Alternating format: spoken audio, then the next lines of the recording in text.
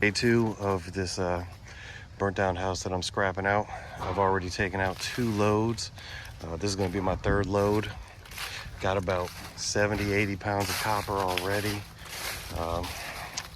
Forgot to film yesterday, but we'll get it all filmed up today and see what all I get. But I got this pile here, got another pile, and let's see what all I could get out of here again today. Let's get started.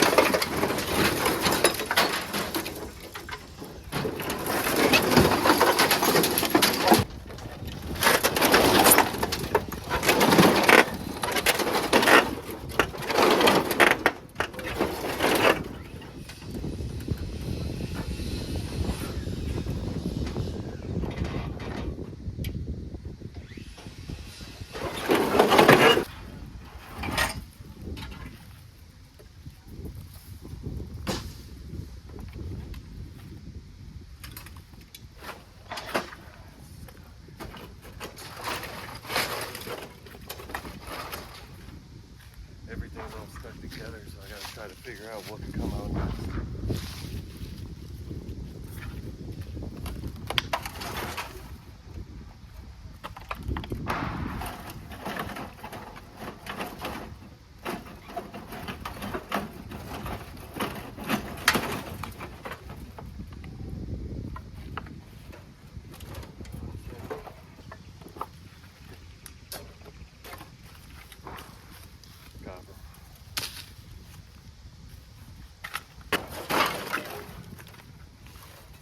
Used to be an ACR.